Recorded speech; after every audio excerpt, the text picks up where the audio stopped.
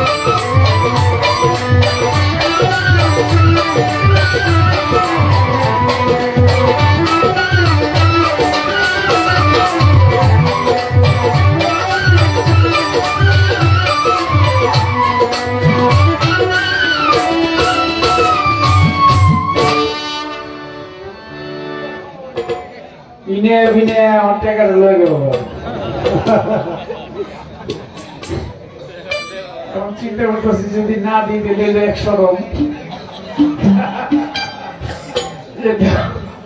আবার আইসি আমার এলাকায়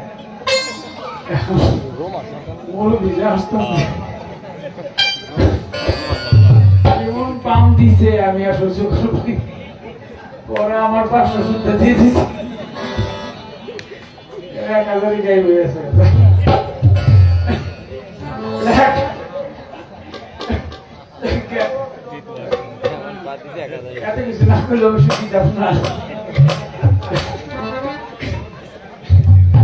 যাই হোক আসলে তো গানটা কে দেয়, গানটা সে গায়। আমি তো দেই না, পাগলেরই সব, মাতালেরই সব, তোমার ঘর তোমার বাড়ি তোমারই সব কিছু। সে তো আরো দিয়ে দিত গান। গান করতে গেলে কখনো বলতো না যে আমাকে কত টাকা দিবা। এখানে তো সে গান করছে। কোনদিন আমি যখন তার সাথে বই টুনটুনি বাজাই, মন্দিরে বাজাই, চটা, প্রথম কাঠের চটা ছিল, চটা বাজাই সাথে, তারপর মন্দিরে, তারপর হারমোনিয়াম, প্রায় 2 যুগের কাছাকাছি, 12-24 বছর তার সাথে আমি একেবারে স্কুলে যখন যাই তখন থেকে। আমি দেখিনি তার জীবন দশায় যে কখনো কোনো কমিটিকে বলছে যে আমাকে টাকা দিতে হবে। আমরা যেমন টাকা চুক্তি করে নিয়ে, লেখাপড়ি করে নিয়ে করে, মানে দলিল পত্র টাকা দিলে যাবো, সবাই বর্তমানে এই অবস্থা। আগে তো বিশ্বাসও ছিল মানুষের বেশি যে আমার একেবারে ফেরত দিবে। তিনি কখনোই বলেন যে আমাকে এত টাকা দিবে, যা দিছে পকেটে ভরে দিয়েছে। বাড়িতে এসে দেখা গেছে যে ওই পার্টির বিদায় করবে, এইটা কথার কাছে শেষে জমি বিক্রি করে তারপর ওই পার্টির লোক বিদায় করবে। জায়গা জমি ছিল দাদার সম্পদ বিক্রি করে মানুষ বিক্রি করে। আসলে তারটাই আমি কইরা কেটে খাইতেছি, আমার তো আসলে কিছু নেই।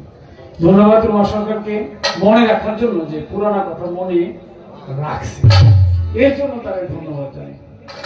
এবার প্রশ্নের চমৎকার জবাব করে আমার কাছে প্রশ্ন করলেন হায়দ্রাবাদ আব্দুল কাদের জিলানী রহমতুল্লাহ আলাইহি।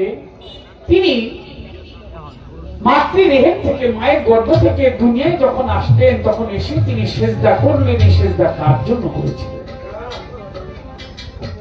আমি যথাসাধ্য বলার চেষ্টা করবো। ছোট্ট একটি গান আগে রাখি, তারপরে যতটুকু না বললে চলবে না ততটুকু বলবো।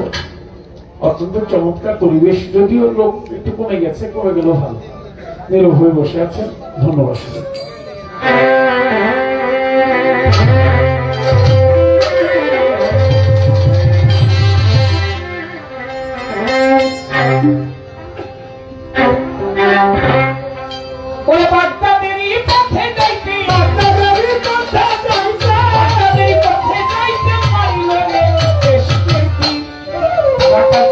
মুরিদ করলো বড় পীর, বড় পীর, মুরিদ করলো বড় পীর।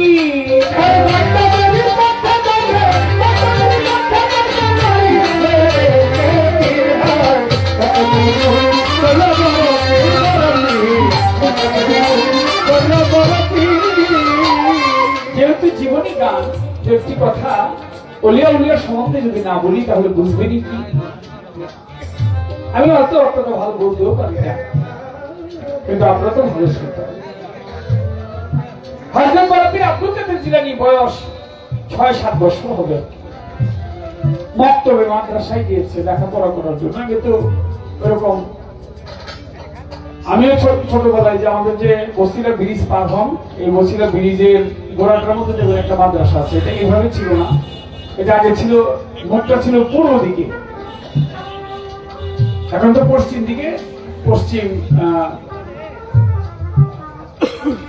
দিকে মুখ করা, মুখ মানে মাদ্রাসাটা আগে ছিল পূর্ব দিকে মুখ করা। একেবারে ব্রিজটা যেখানে, এখানে এই মাদ্রাসায় লেখাপড়া প্রথম হয়েছে। তারপর আমাদের ঘাটারচর প্রাইমারি স্কুল থেকে 5 হাই স্কুলে ভর্তি হয়েছিলাম। তো মক্তবে মাদ্রাসায় পড়ালেখা করতে হলে প্রথম আরবি শিক্ষাটা। পীর আব্দুল কাদের জিলানী যখন মাদ্রাসায় গেছে, তাকে হুজুর বলতেছে পড়ো আলিফ বা তা সা জিম হা খা দাল দাল জি সিন সিন সদ দত। আমার বড় কি বলে, হুজুর এইগুলা মানে কোয়েন না, এগুলো আমি আগে জানি। তাহলে কায়দাটা পড়ে শোনাও। বড় কি কায়দাও জানি, শিবারা শোনাও, শুনাইলেন, বলে এটাও জানি। বলে কোরআন শরীফ পড়ো। বড় পীর আব্দুল কাদের জিলানী তিনি কোরআন শরীফ পড়তে আরম্ভ করলেন। একেবারে 18 শিপারা পর্যন্ত পড়লেন, তারপরে থেমেছে। বেলা গড়িয়ে গেছে, সকালবেলা মাদ্রাসা গিয়েছে, দুপুর পার হয়ে বেলা হয়ে গেছে। হুজুরও শুনতেছে, মাদ্রাসায় যারা আরো ছাত্র ছিল তারাও শুনতেছে, একেবারে তন্ময় হয়ে গেছে। তো বড় পীর 18 শিপারা পড়ে থেমেছে। হুজুরকে থামলা কেন, আরো পড়ো, বড় মজা লাগতেছে, ভালো লাগতেছে। আমার বড় পীর বলে, হুজুর আমি 18 শিপারার পরে পড়তে জানি না, এই পর্যন্ত আমার মুখস্থ, এরপরের পড়াটা আপনি আমার শিখান। তাহলে আমি শিখতে পারবো। হুজুরকে এর পরের পরে কই থেকে আমি শিখাবো? আমি নিজে 1800 পড়া জানি না। ও বাবা, এই শহরের মধ্যে এমন কোন আলেম নাই যে আলেম তোমাকে 1800 পারা পর্যন্ত শিখাবে। তুমি 1800 পারা 18 পারা পর্যন্ত কোত্থেকে শিখছো? আমার বড় পীর আব্দুল কাদের জিলানী বলে, হুজুর আমি মায়ের গর্ভ থেকে 1800 পারা মুখস্থ করে দুনিয়ার মধ্যে আসছি। সুবহানাল্লাহ, সুবহানাল্লাহ। হুজুর বলে, সেই মা কি বেঁচে আছে? বলো নাই আমারে। আমার বড় পীর বলে বেঁচে আছে। হুজুর বলতেছি আপনারে, হুজুর আমার মা আছে। ওই কেমন মায়ের গর্ভ থেকে তুমি দুনিয়াতে আসছো, সেই মাকে একবার দেখতে চাই, আমাকে নিয়ে চলো। তো বড় পীরকে নিয়ে হুজুর বাড়ির উদ্দেশ্যে রওনা হয়েছে। বড় পীরের বাড়িতে যাবে। মা জননী দূর থেকে, আগে তো ছোট ছোট বাড়ি ছিল, ওই দূরের থেকে অনেক কিছু দেখা যেত। এখন তো মনে করেন ঘরের মধ্যেই সব কিছু। ওই বাপ ঘরেই খায়, আবার ঘরেই আগে টয়লেটও ঘরেই করে দিচ্ছে বেশিরভাগ মানুষের কিছু টাকা পয়সা আছে। আমার বাদ দিয়ে না, আমি নিজে ওই একই। আগে তো মনে করেন যে পায়খানায় গেলে একটু দূরে যাইতে হইতো, তাই না? আগে কেউ গিয়ে পাটখাতের মধ্যে লোক বুঝতে করে এরকমই তো অবস্থা হয়েছে। মজা ছিল কিন্তু হাইটে আসতো, দুদিন করে যেত গিয়া লাট্টু টাট্টু ছেড়ে দিয়ে তারপর আবার কাম ছেড়ে এখন তো ব্যবস্থা নেই। ওই যে ঘরে খায় ওই ঘরে আগে কিছু বানায় দিচ্ছে, আধুনিক জামানা হয়ে গেছে। যাই হোক, বড় পীর আব্দুল কাদের জিলানী মা দূর থেকে দেখে আব্দুল কাদের আসতেছে। হযরত বড় পীর আব্দুল কাদের জিলানীকে মা দেখে ভাবছে মাদ্রাসায় দিয়েছি লেখাপড়া করার জন্য, মনে হয় হুজুরের সাথে কোনো বেয়াদবি করছে, যার জন্য হুজুর তার সাথে আসতেছে। আজকে তাদের মারব। মা হাতের মধ্যে একটা ব্যাট নিয়ে দাঁড়িয়েছে, একটা ছড়া। বড় পীরে মারবে। বড় পীর মনে মনে ভাবে মায়ের তো মারবো।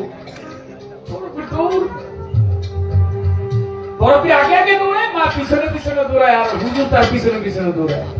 দৌড়াইতে দৌড়াইতে আমার হযরত বড় পীরে একটা কবরস্থানের উপর দিয়ে দৌড়ায়, শোনেন লক্ষ্য করে, একটা কবরস্থানের উপর দিয়ে দৌড়াইতে লাগলেন। ওই কবরস্থানের উপর দিয়ে বড় পীর যায়। বড় পীরের পাটা যে কবরের মধ্যে পড়ে, ওই কবর থেকে অনেক বছর পুরানা পুরানা মুর্দার গুলো জিন্দা হয়ে দাঁড়ায় যায়। সুবহানাল্লাহ। প্রায় 450 মুর্দা বড় পীরের পায়ের ছোপে জিন্দা হয়ে দাঁড়িয়ে গেছে। কবর খোলার মুর্দা যদি জিন্দা হয়ে দাঁড়ায়, এই কেমন একটা ভয়ের ব্যাপার না? কাপড় চোপড় নাই শরীরের মধ্যে, মাটি মুটি মাথা, এগুলো দাঁড়ায় আবার লাঠি রয়েছে। মুর্দাকের উদ্দেশ্য হইল আমাকে বড় পীরে মারতে, এই জন্য বড় সাহসকার। বড় পীরের মায়ের মারার জন্য মুর্দারা দাঁড়াইছে। বড় পীর ডাক দেখে, মুর্দারা যে যেই কবরে ছিল সে সেই কবরে চলে যাও। ইনি আমার গর্ভধারিণী মা, আমার মায়ের প্রতি একবার বসে সমস্ত মুর্দার বড় পীরের কথা শুনে কবরের মধ্যে চলে গেছে। সুবহানাল্লাহ। একটা মুর্দার এটা একটু গাউলা ঠেটা, এটা খারে দিয়েছে। বড় পীরকে কি রে কবরে যাইতে কইলাম, যাস না কেন? হুজুর একবার মরছিলাম, কবরে যে কি কষ্ট, আর আমি কবরে যাইতে চাই না। বড় পীরকে কি চাস? আমি জিন্দা থাকি সারা জীবন, দুনিয়ার মধ্যে থাকতে চাই। আমার বড় পীরকে ঠিক আছে, তবে গ্রহণ করলাম, তোরা কবরে যাইতে হবে না। কিয়ামতের আগ পর্যন্ত তুই জিন্দা থাকবি। কিয়ামতের কিছুটা লাগে শ্যাম দেশে মসজিদে, শ্যাম সিরিয়ায় মসজিদে বাইজা, ওই মসজিদের উপরে তুই ফেরেশতার কাজের উপর ভর করে চতুর্থ আসমানের উপরে আছে যে নবী, নামটা ঈসা আলাইহিস সালাম। ঈসা নবী তিনি পদার্পণ করবে, ওখান দিয়ে আসতে থাকবে, তুই সামনে গিয়ে বলবি আসসালামু আলাইকুম। এই সালাম দেওয়ার পরে তোর মরণ হইব, এর আগে তোর মরণ হইব। জীবনী বলে এখনো বেঁচে আছে, ঘুরে বেড়াচ্ছে। ঈসা আলাইহিস সালাম চতুর্থ আসমানে আছে, তিনি যখন আসবে কিয়ামতের কিছুটা লাগে, তখন তাকে সালাম দিলে, সালাম দেওয়ার পরে তার মরণ হবে। বেঁচে আছে, এখনো ঘুরতেছে বনে জঙ্গলে। মা জননী ডাক দিয়ে বলে, বড় পীরের ভাই, মুর্দার দিয়ে তুমি আমারে মাইর খাওয়াইতে চাও, তোমার এই জানাই? মা বড় পীর বলে, না মা, মুর্দার দিয়ে মাইর খাওয়াইটা বহুত কষ্ট, কাহিনী আছে। বলে কি? বলে তুমি জানো না মা, আমি যখন তোমার পেটে ছিলাম, গর্ভে ছিলাম, তখন একটা বাঘ এসেছিল বাড়িতে, বলে আসছিল, বলে তোমার ইজ্জত হল, হ্যাঁ? একটা ফকির আসছিল, একটা বাঘও আসছিল, বলে আসছিল, বলে ফকির কই বাঘে ঘাড় মচকে হত্যা করছে, বলে করছে, বলে সেই বাঘটা আমি ছিলাম। তোমার ইজ্জত হরণ করতে চেয়েছিল ফকির বেটা, ভণ্ড ফকির। আমি বিশ্বাসের সহিত বাহির হয়ে ওই ভণ্ড ফকিরের ঘাড় মচকে তোমার পেটের ভিতরে আবার চড়ে দিয়েছিলাম। সুবহানাল্লাহ। তোমার ইজ্জত আমি বাঁচিয়েছি মা। বলে হ্যাঁ। বলে আরেকদিন খেয়াল করে দেখো, তুমি ওই পায়খানা যাইতেছিল, প্রথম ভাষায় বললাম। তো তখন যাবি, হঠাৎ করে তোমার পেটে ব্যথা আরম্ভ হইল। কেন? পায়খানার মধ্যে একটা বিষধর সাপ ছিল। ওই সাপটা ছবল দিত, তুমি মরে যেতে, আমি পেটের ভিতর ছিলাম, আমিও মরে যেতাম। কিন্তু আমি তোমাকে যাইতে দিইনি, তোমার নারী ধরে টান দিলাম, তুমি পথের মধ্যে কাপড় নষ্ট হয়ে গেল পায়খানায়, তুমি যেতে পারো নাই, তোমার জীবন আমি বাঁচিয়েছিলাম। কথা শুনে মাঝে বলে বুকে আয়, বড় পীরকে জড়ে ধরে বড় পীরের মায়। কিছুদিন গত হয়েছে, কিছুদিন পরে মাজননী ডাক দিয়ে বলে, আব্দুল কাদিরে, আব্দুল কাদির তোমার মনে কি চায়? বলে মা, এই লেখাপড়া করতে মন চায়। শোনেন, নিজেও লেখাপড়া করবেন, বাচ্চাদেরকে লেখাপড়া শিখাবেন। রাত্রে সন্ধ্যার পরে বাচ্চারা কোথায় যায় একটু খেয়াল রাখবে, কার সঙ্গে চলে। ওই যে বলছিলাম গত আসলে অসৎ সঙ্গ ত্যাগ করো। 1 নাম্বার, সৎ সঙ্গে স্বর্গবাস, অসৎ সঙ্গে সর্বনাশ। এই বাচ্চাদের দিকে খেয়াল করতে হবে, তাদেরকে সুশিক্ষায় শিক্ষিত করতে হবে, তাহলে এই জাতি, এই দেশ রক্ষা পাবে, আমরা বিশ্বের বুকে মাথা উঁচু করে দাঁড়াতে পারবো, নচেত সম্ভব না। বড় পীর বলে, মাজননী আমি শিক্ষা গ্রহণ করবো, উচ্চ শিক্ষায় শিক্ষিত হয়ে। এই কথাটা মাজননী আমি তোমায় দিলাম করে। এই শহরে শিখাবে এরকম লোক নেই, আমি বাগদাদ শহরে যাব। আমার মা বলে, তুমি বাগদাদ শহরে যাও, তবে দু একটি কথা মায়ের মনে রেখো, সবসময় চলার পথে। আমি আমার ঘরের কিছু কথা সবসময় মাইনা চলি। পাগল আমারে বলছে, খবরদার জীবনে এই কাজগুলি করো না। তিনি যা যা বলছে যতটুকু সম্ভব মাইনা চলার চেষ্টা করি, কারণ প্রথম গুলি হচ্ছে মা, তারপর বাবা। বাবা মার বাক্য যে শুনবে না, সেই সন্তান ছাড়া হয়ে যাবে, তার জীবন কখনো সফল হবে না। মা বাবার কথা শুনতে হবে। কি জীবন চলার পথে জীবনে কখনো মিথ্যা কথা বলবো না। মিথ্যা কথা হচ্ছে সকল পাপের বাপ। জেনে কখনো সত্য গোপন করবে না। আল্লাহর প্রতি ভরসা রাখবে। আল্লাহ ব্যতীত এই মানুষের এই বার্তার কোনো বন্ধু নাই। আর বিপদে পড়লে মায়ের কথা মনে করো, একটা দোয়া করিল, দেখো সব বিপদ তোমার কেটে যাবে। মা একটা দোয়া শিখিয়ে দিলেন, লিল্লাহিল কাফি কাসাতুল কাফি লিকুল্লি কাফি কাফি কাফি ওয়া লিল্লাহিল হাম। এটা পড়লেও তোমার বিপদ থাকবে না। হযরত বরকির আব্দুল কাদের জিলানীকে 40টি স্বর্ণ মুদ্রা মা দিয়ে দিলেন, বগলের নিচে শিলায়া তিনি রওনা হলেন, বাগদাদ শহর যাবে। জিলাননগর ছেড়ে ফিরে হামদাম শহর যায়, জিলাননগর ছেড়ে ফিরে হামদাম শহর যায়। হামদাম ছেড়ে একটু দূরে বলিব সবাই, বালবত নামক স্থানেতে উপস্থিত হইল। ওইখানে গিয়ে একটা কাফেলা পাইল, ওই কাফেলার সাথে চলে আমার বড় পীরে। ওই কাফেলার সাথে চলে আমার বড় পীরে। ওই কাফেলার যাবে কিন্তু বাগদাদ শহরে। কাফেলায় হঠাৎ করে সন্ধ্যা হয়ে আসলো। এক জায়গায় গিয়ে তারা তাবু গেড়েছিল। ওই তাবুর নিচে শুয়ে ছিল বড় পীর আউলিয়া। একদম ডাকাত ওই সময় কেমনে চলিয়া, ডাকাত মারামারি কাটাকাটি লাগাইয়া দিল। ডাক্তার ছিল ডাকাতে তো সকল কেড়ে দিল। আমার বড় পীরে ছিল তখন ঘুমের ঘরে, ডাকাতের ঘোড়ার পায়ের চূড়া লেগে তাবুটা যায়। একজন ডাকাত চলে গেল বড় পীরের ভাই গিয়ে বলে, ওরে বাবা তোমার জিগাই, তোমার কাছে কি ভাই আছে বলো না আমারে। অস্ত্র একটা ধরল কিন্তু পীরেরও সামনে, তোমার কাছে কি ভাই আছে বলো না আমি। অস্ত্র একটা ধরল কিন্তু পীরেরও সামনে। আমার বড় পীর ওরে ডাকাত এই তোমায় বলিয়া, সত্য কথা বলবো আমি, কথা নাও শুনিয়া। সত্য কথা বলবো আমি, মিথ্যা বলবো না। আমার মিথ্যা বলতে মা জননী করে দিছে মানা। আসার সময় মা জননী বগলের নিচে 40টি স্বর্ণ মুদ্রা সেলাইয়া দিচ্ছে। আসার সময় মা জননী বগলের নিচে 40টি স্বর্ণ মুদ্রা সেলাইয়া দিচ্ছে। এই কাণ্ড দেখিয়া সর্দার কোথায়, এই কাণ্ড শুনিয়া টাকা কাম করিল। মনে মনে ওই ডাক্তার ভাবিতেছিল, এই কথা শুনিয়া টাকা হইল, এই কথা শুনে টাকা কখনো হইল অস্থির। টাকা যেগুলো বলি কথা বড় পীর বলছি,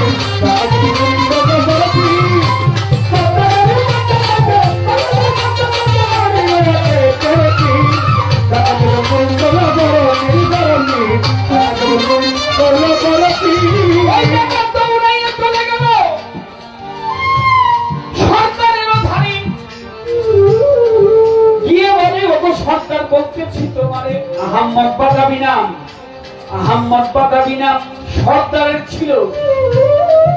সর্দারের কাছে গিয়ে তখন ঘটনা খুলিয়া বলিল, ওই ছোট্ট ডাকাতটা বলে সর্দারেরও ধারে কত মানুষ দেখলাম আমি এই ভব সংসারে। এক বালক ছোট বালক মায়ের আদেশ লইয়া সত্য কথা বলে বালক সামনে আসিয়া সর্দার কয় দেরি করিল না নয় আমার ঠাই আমার বড় পীরে ধইরা নিল সবার নাই। সর্দারে কয় করে বালক বলতেছি তোমারে তোমার কাছে কি ভাই আছে বলো না তোমারে। আমার বড় পীর কয় করে সর্দার মিথ্যা বলবো না আমায় মিথ্যা বলতে মাত্র নদী করে দিচ্ছে মানা। বড় পীর কয় করে সর্দার আমি মিথ্যা বলবো না মিথ্যা বলতে মাত্র নদী করে দিচ্ছে মানা। আসার সময় মাত্র নদী বন্ধুদের নিচে 40টি স্বর্ণ মুদ্রা সেটা ইয়া দিচ্ছে। সর্দার কয় মুখের কথা বিশ্বাস করি না তুমি স্বর্ণ মুদ্রা বাহির করে দেখো না। সঙ্গে সঙ্গে বড় পীরের টুঙ্কা মুখ করিল কবলের নিচ হইতে স্বর্ণ বাহির করে দিল। এই কাণ্ড দেখিয়া সর্দার মনে মনে উঠিল কান দিয়া সারা জীবন গেলাম আমি ডাকাতি করিয়া। মা বাবা কি ধন আমি চিনলাম না সংসারে মা বাবা কি ধন আমি চিনলাম না সংসারে।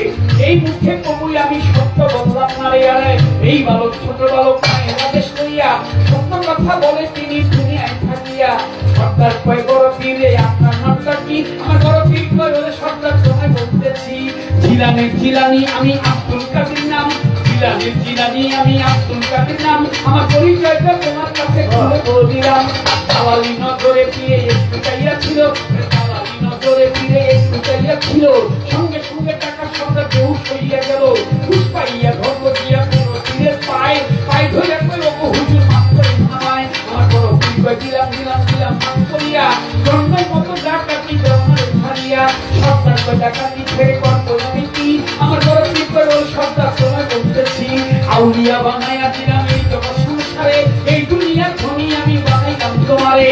আখেরাতের ধনী তোমায় দিলাম বানাইয়া বড় পীরের কয়টা ডাকাত আউলিয়া হইয়া বলো কবে গাইয়া লুকাইবে কবে গাইয়া লুকাইবে কবে গাইয়া লুকাইবে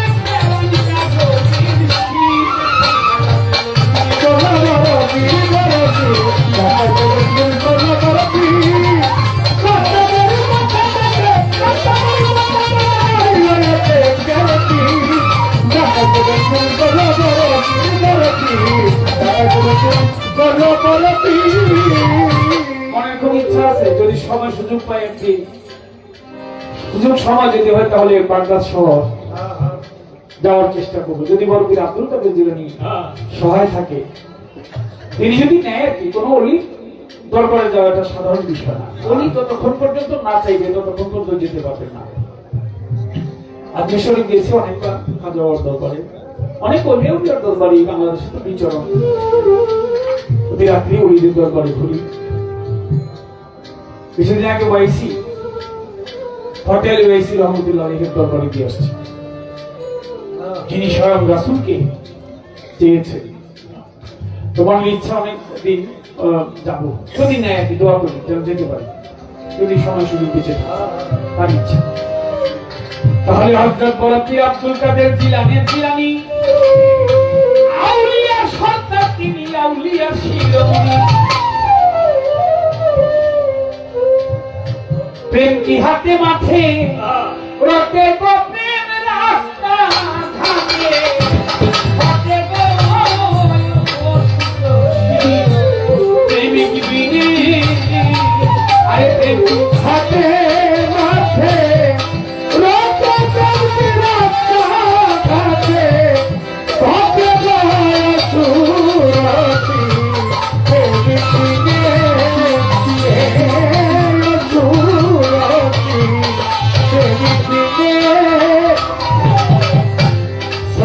হইতে সৃষ্টির সৃজন শুধু প্রেমেরই কারণে সই প্রেমেরই কারণে সখী সাথীটা প্রেম করি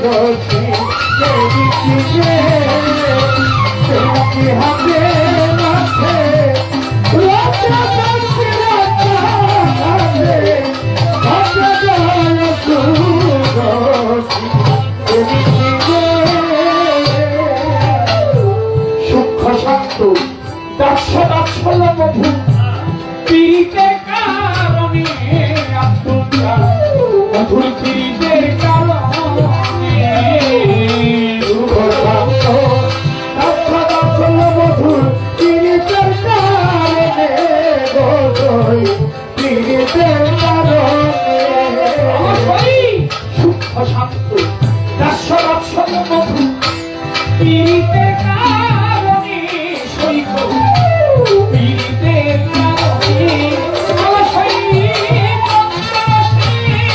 প্রেমিক যে ভাবি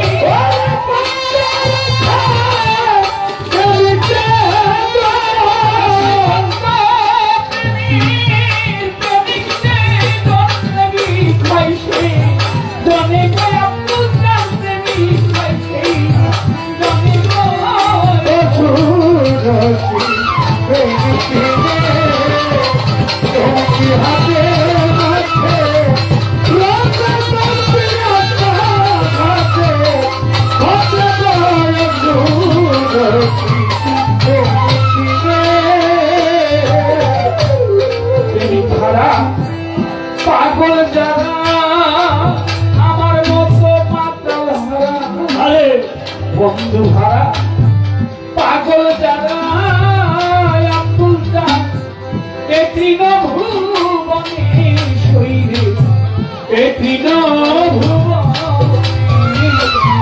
তুমি ছাড়া পাগল যারা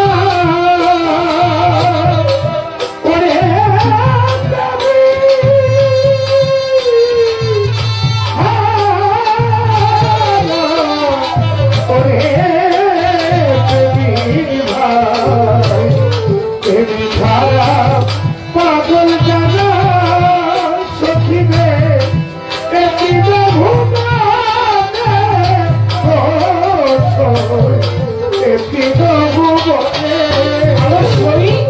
প্রেমিক হারা পাগল যারা এ তৃণভুবনে শৈব এ তৃণভুবনে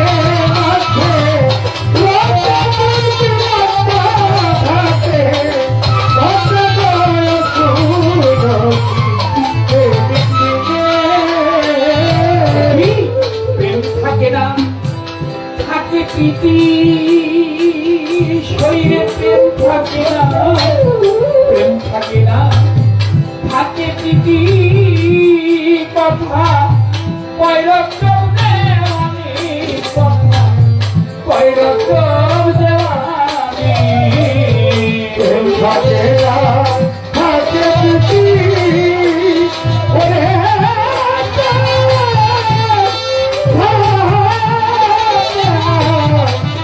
থাকে না থাকে প্রীতি কথা কইল জবানে সাধো কইল জবানে অবশ্যই প্রেম থাকে না থাকে প্রীতি কথা কইল জবানে সাধো কইল জবানে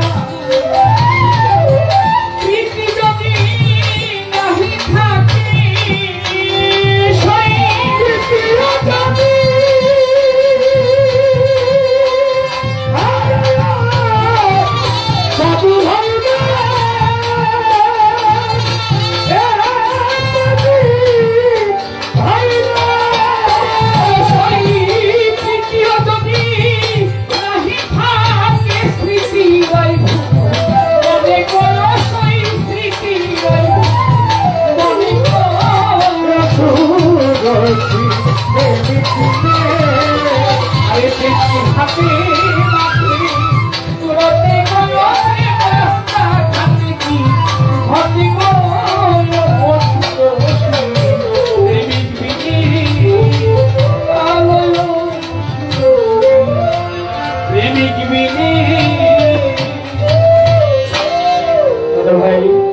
গানটির জন্য অনুরোধ করেছিলেন, গানটি গিয়ে দিলাম। 500 টাকা দিয়ে দোয়া করেছেন, টাকাটা বড় বিষয় না। আশিকের মনে যদি এতটুকু ভালো লেগে থাকে সেটাই হচ্ছে বড় পাওনা।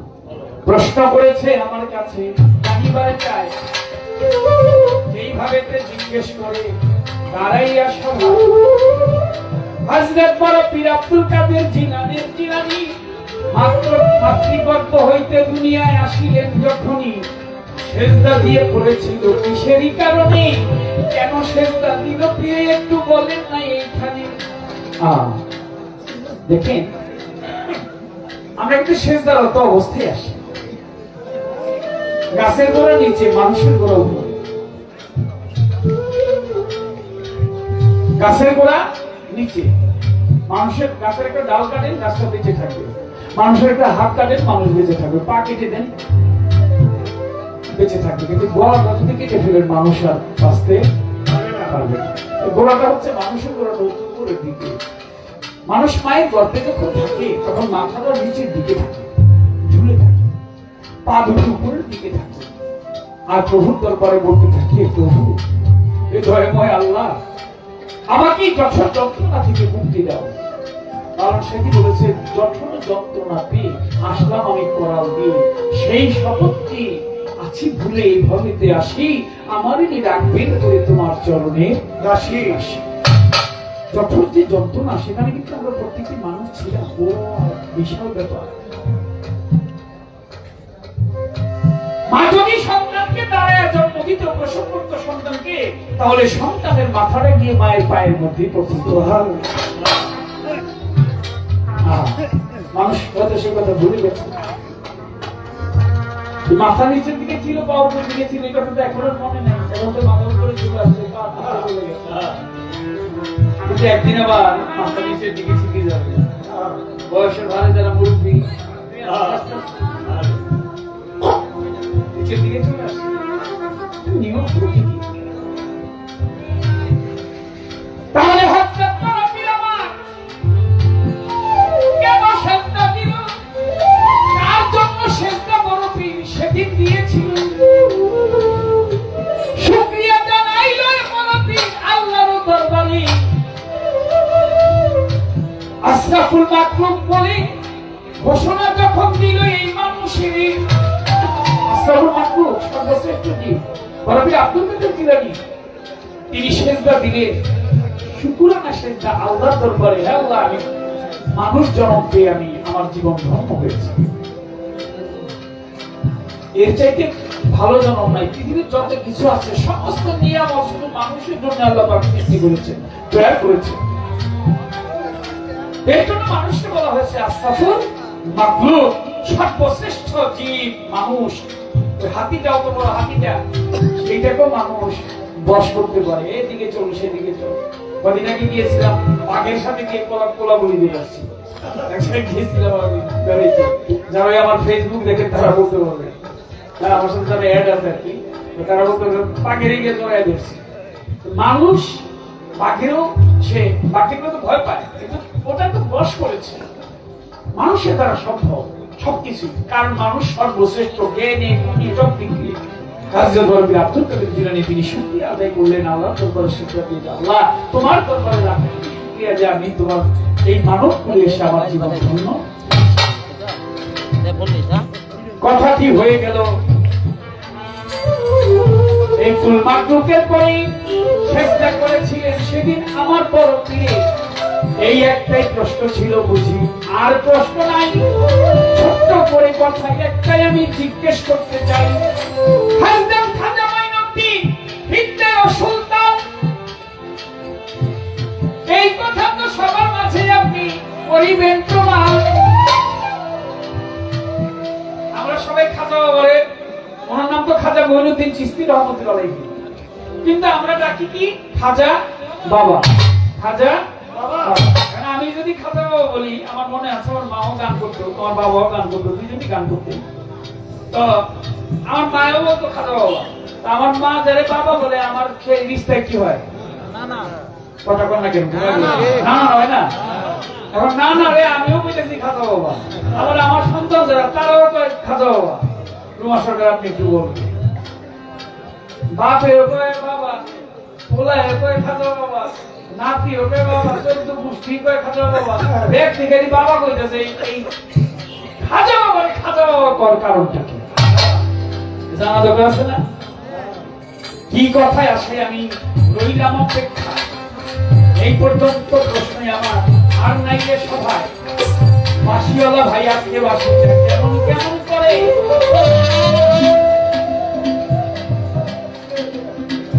বাসির গান গাইব এখন দাঁড়াইলাম আসরে। আগে যে সুবিধা হইতে যা না না আগে যে ওই যে আগে দেখি কেমন বাপ এরকম তো বাজে না। এই বাসির গান লাগছে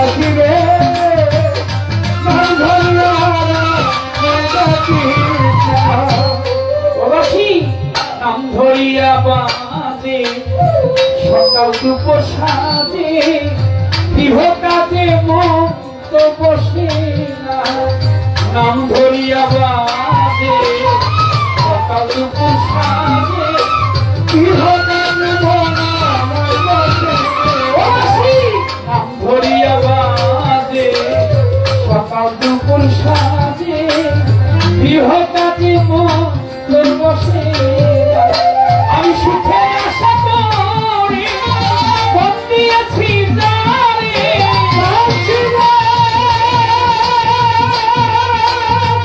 সে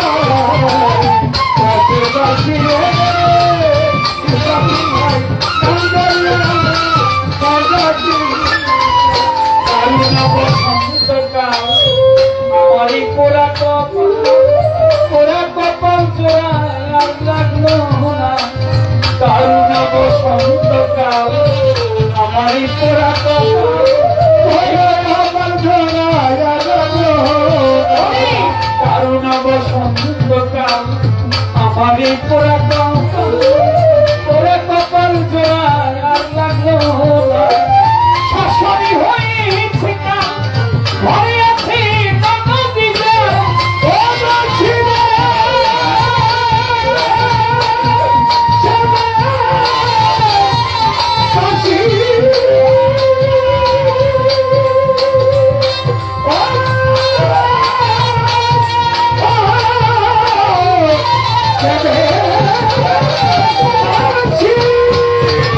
শাশুড়ি হয়েছে না ভয় আছে নদীতে তারা কেউ ভালো তো বাসি না বাসি বাসি বাসি গান ধরিয়া মায় বাসি বাসের বাসি বাসি গান ধরিয়া মায় বাসি বাসের বাসি গান ধরিয়া মায় বাসি বাসের বাসি গান ধরিয়া মায় বাসি ভাই কান্দে রাত জাগবে হাইরে পোড়া বাসি আমার চাকরি কুলমান আর বুঝি রাখলো কান্দে রাত জাগবে হাইরে পোড়া বাসি চাকরি কুলমান আর বুঝি রাখলো আমি কেমন করে বাইতে পারি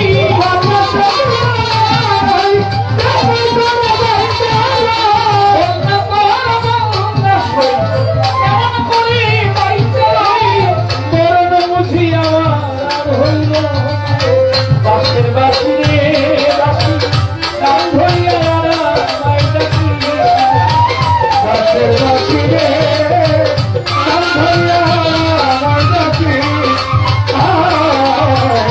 বাসের বাসি রে গান ধরিয়া মায় ডাকি কান্দে রাত জাগবে হাইরে পোড়া বাসি জাতি কুলমান আর বুঝি রাখবো না কান্দে রাত জাগবে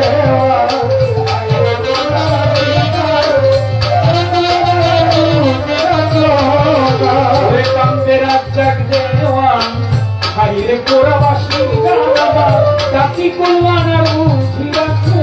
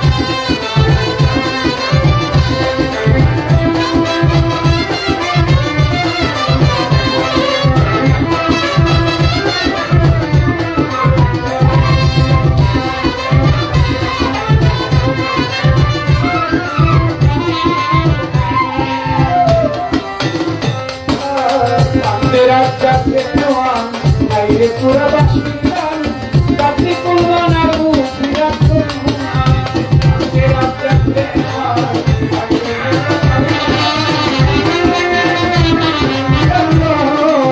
চাঁদের রাত জাগতে বাইরে পুরা বাসিন্দার আমার রাত্রি কুলবান আর মুখি রাখো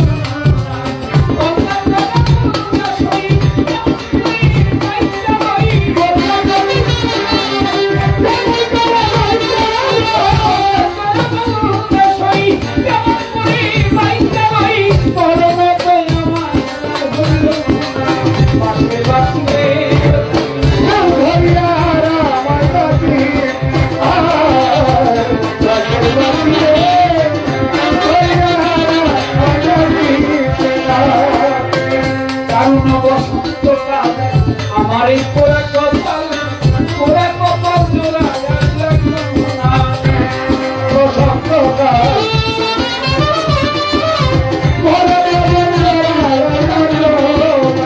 দারুণ বসন্তকাল আমার এই পোড়া কপাল জোড়া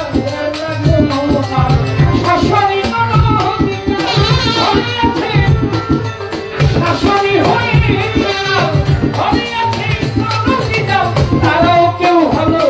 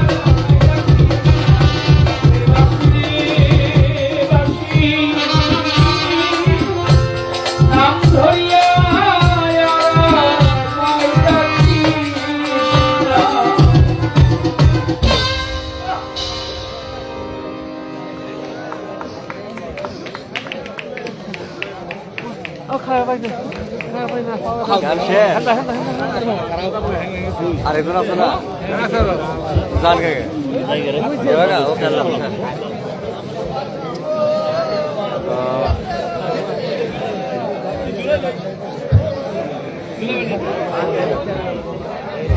বারানং ছাত্র ইউনিয়নের সম্মানিত সভাপতি জনাব আলমগীর ভাই 500 টাকা দিয়ে দোয়া করেছেন, সেই সঙ্গে সাইফুল ভাই আরো 500 টাকা এবং ধুলিবাসীকে তাদেরকে পুরস্কৃত করেছেন।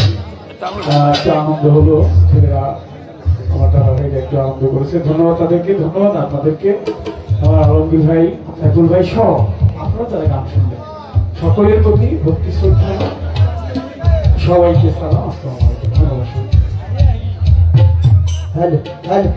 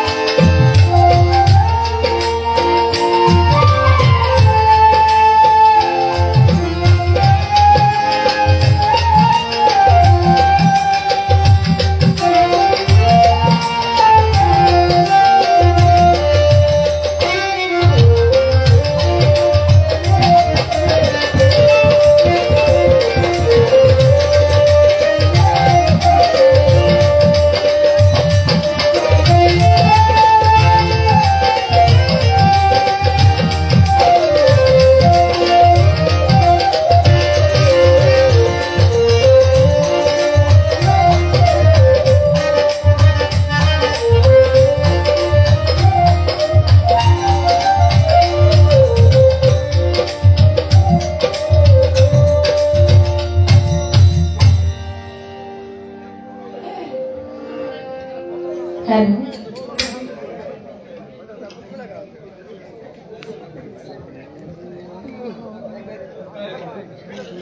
এবার থাক থাক, উনি ওনার কথা বলুন। আজকে কয়েকদিন ধরে অনেক শীত পড়ে গেছে। হ্যাঁ, আজকে 15 তারিখ, তো কার্তিক মাস কিন্তু শেষ।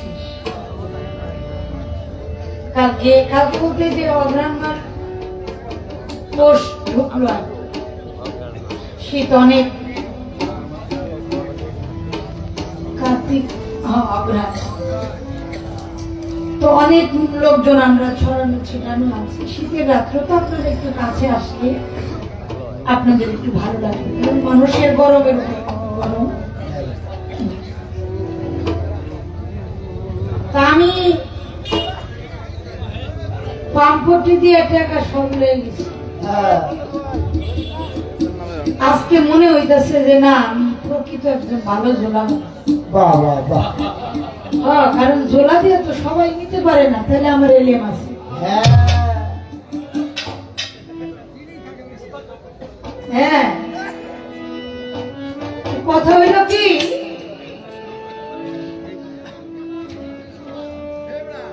যেটা আমি দেখি এটা একদম প্রত্যক্ষ সাক্ষী।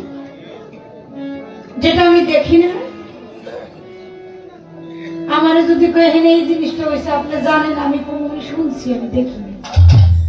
এই সাক্ষীর কি কোনো দাম আছে? না, আর আমি যদি বলি এটা আমি দেখছি, এটা আমার সামনে হয়েছে, এটা আমি নিজের চোখে দেখছি, এটার মান কিন্তু অন্যরকম হবে, কারণ এই সাক্ষীটাই সবচেয়ে গুরুত্বপূর্ণ। তো যেটা দেখছি, এটা বলছি, এটা দিয়ে যদি আমার পাম্পটি দেওয়া হয়, পাম্পটি হইলে এটা সত্যি পাম্পটি। হ্যাঁ, কিন্তু আপনি শেষ সময় আই আমার এমন একটা যাতা দিবেন, হ্যাঁ, আমি এটা আপনার দিয়ে আসি। হ্যাঁ, খারাপ হয়েছে না?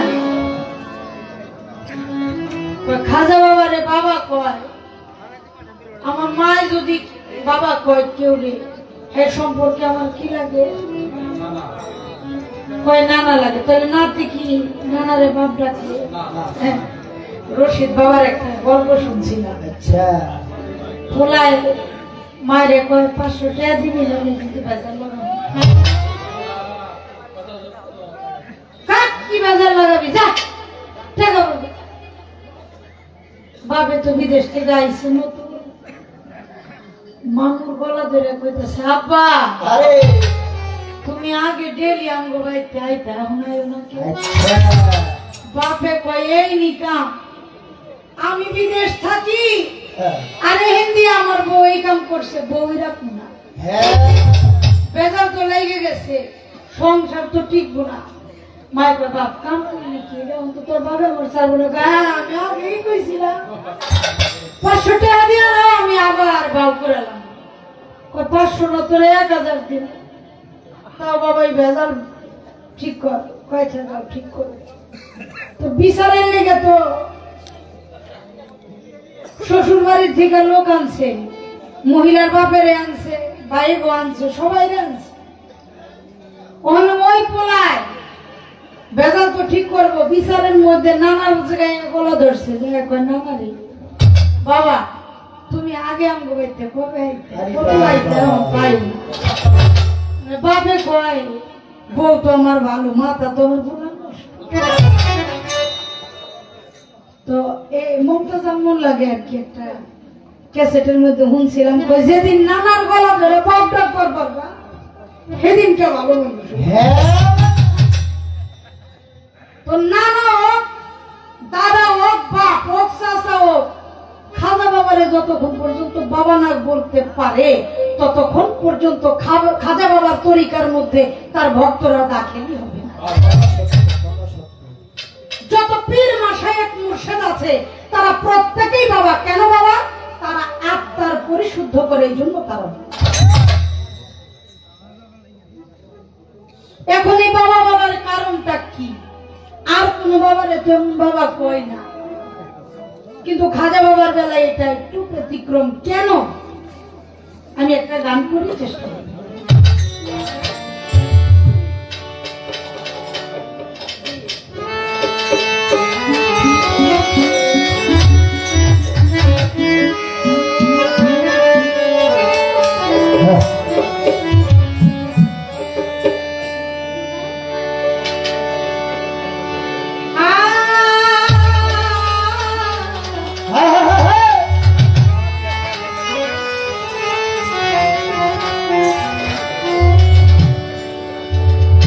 গরিব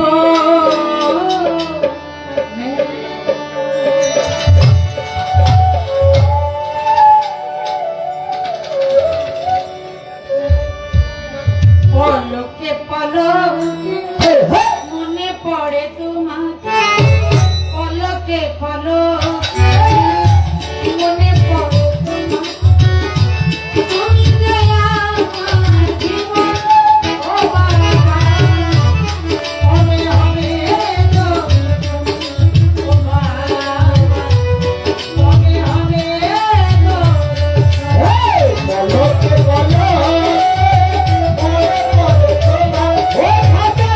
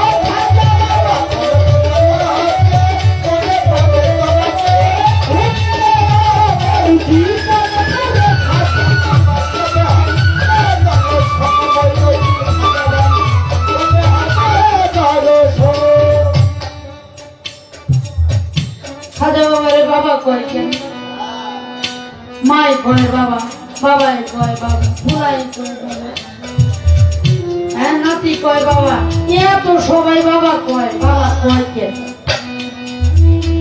আপনি যে প্রশ্ন করছেন করার আগে কয়েকবার বাবা কয়ে গেছে। হ্যাঁ? আমার মাথার গলায় গান লিখছে, একবার মুখে খাজা বাবা বল রে পাগলের দল। একবার মুখে খাজা বাবা বল। উনি কেমন পাগল ছিল, উনি কোন পাগলদের ইশারা করে বলে গেছে একবার মুখে খাজা বাবা কয়ে দেখ কেমন লাগে। বাবা আপনার কোটি কোটি টাকা আছে, আপনি নিয়ত করছেন জীবনও যাইতে পারবেন না। এটা এমন একটা বলি যে একটু আগে একটা কথা বললো আমার দেওয়ান সাহেব, যে মনের মধ্যে বাঞ্ছা করেছি মালিক যদি আমাকে গ্রহণ করে নেয় আমি একবার হলো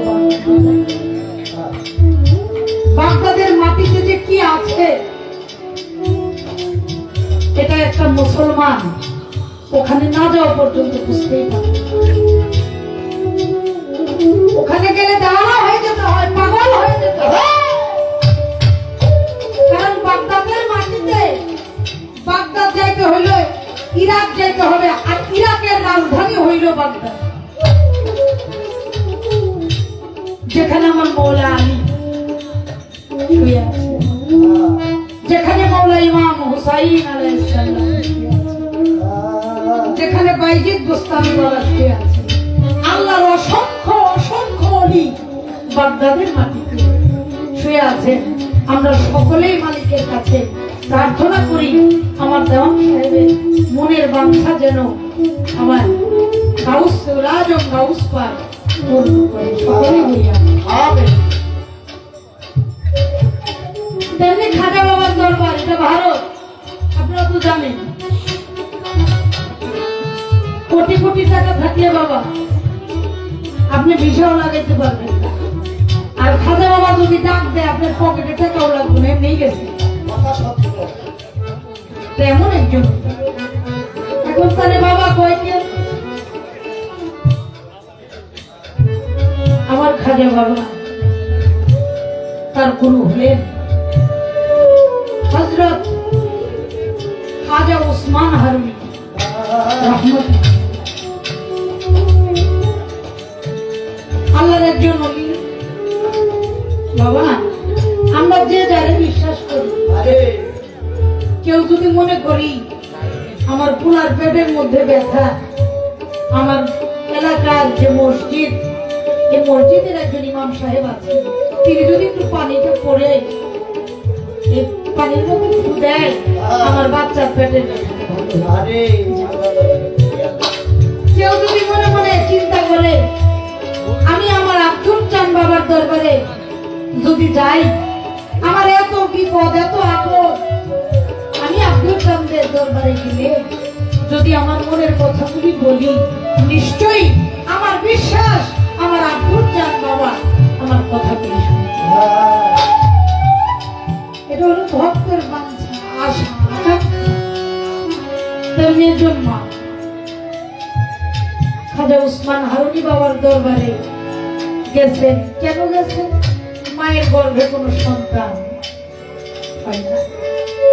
আল্লাহর ওলি ওনার দরবারে যে জামানত করে সবই হয়। আমার যেহেতু একটা সন্তান হয় না, আমিও তার দরবারে যদি যাই বলি নিশ্চয়ই আল্লাহ আমাকে একটা সন্তান দান।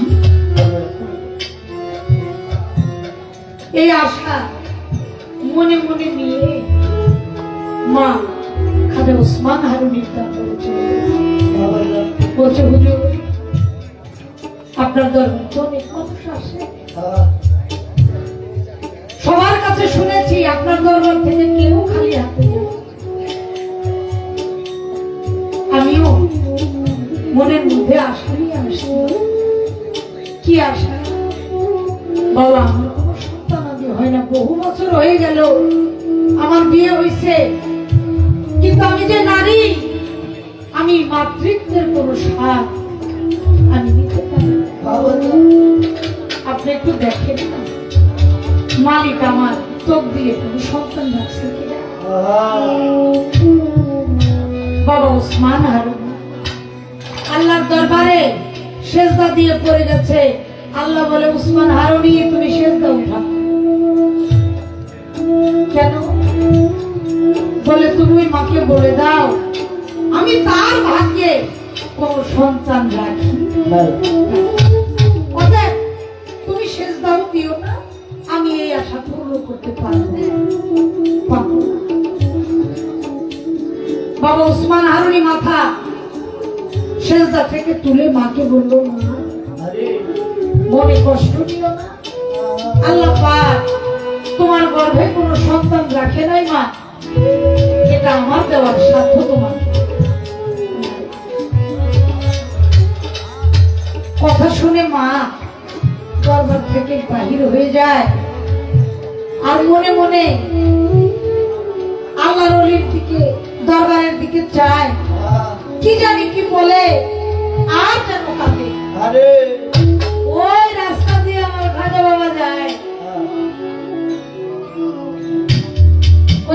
মা কান্দোকে কান্দো কান্দো দরবারের দিকে চাও আর কি জানি কমু না।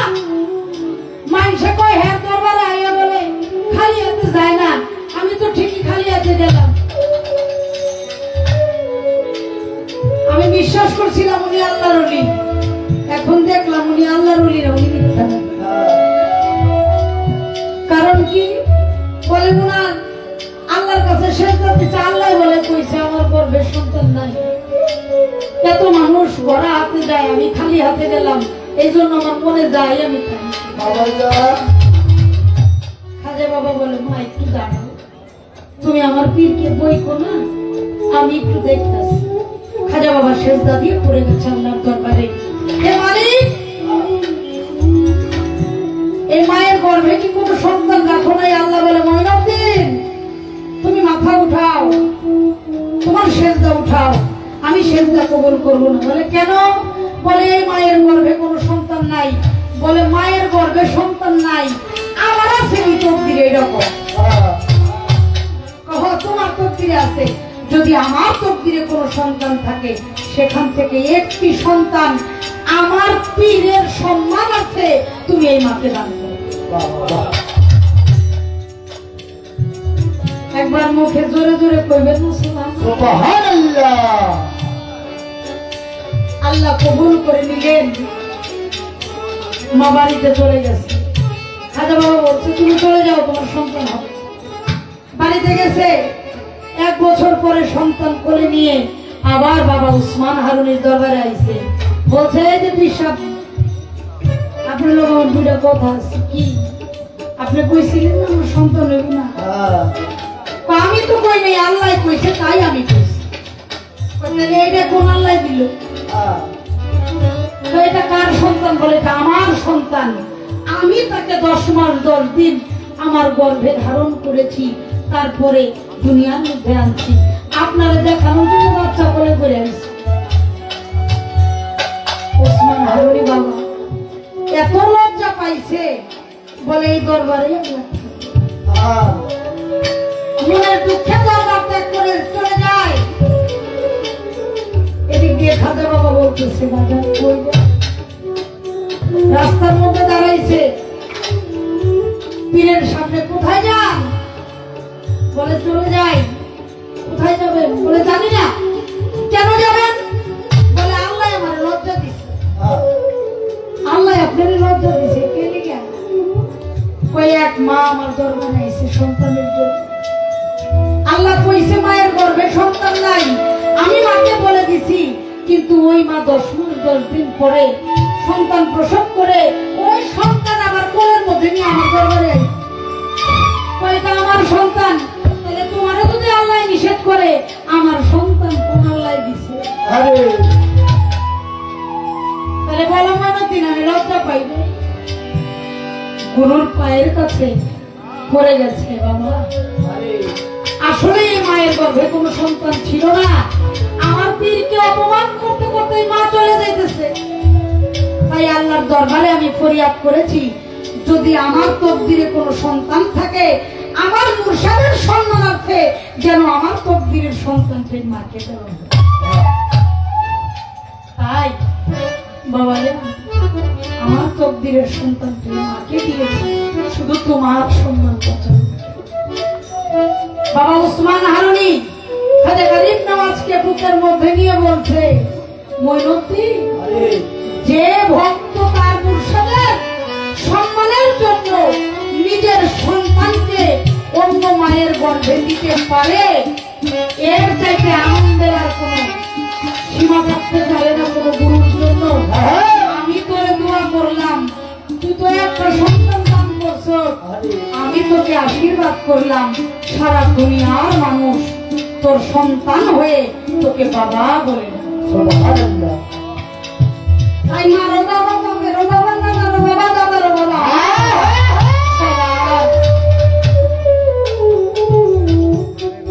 মুষ্টি 14টার উপরেও থাকে তারও বাবারে বাবা। আর প্রশ্ন করার তো মনে হয় আমি দরকার বলে মনে করি না। সময়ও তো অনেক, আমার গানও শেষ, প্রশ্নের জবাবও শেষ। না করবো দেওয়ান সাহেব এরকম ওনার গানে একবার ঝুঁকুই ঠেকিল, ওনার মনে যা চাই বলি তো অত দেখবেন। কথা সত্য। তা আমার দু একটা গানের জন্য আদেশ আছে, আমি গাইয়া বলবো, বাকিটা সব আমার গান।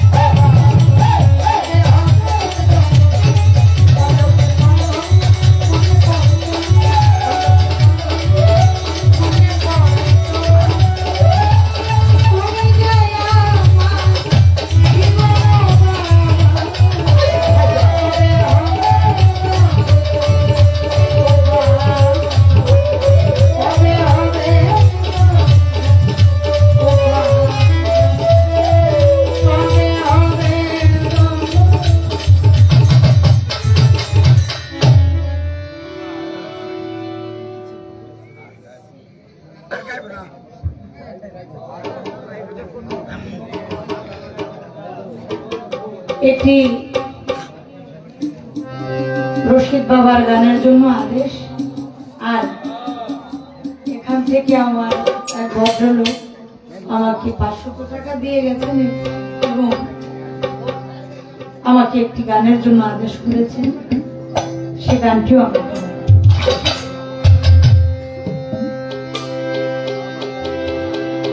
আমার মন তো ঘরে বসে না,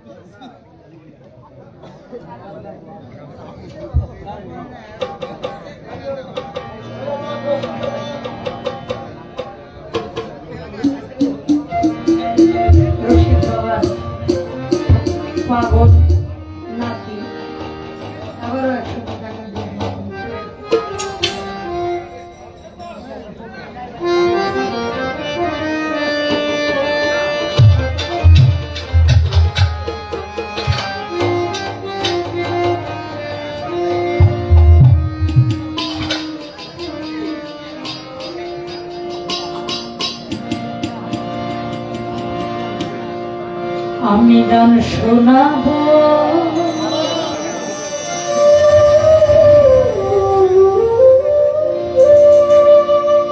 কারে রে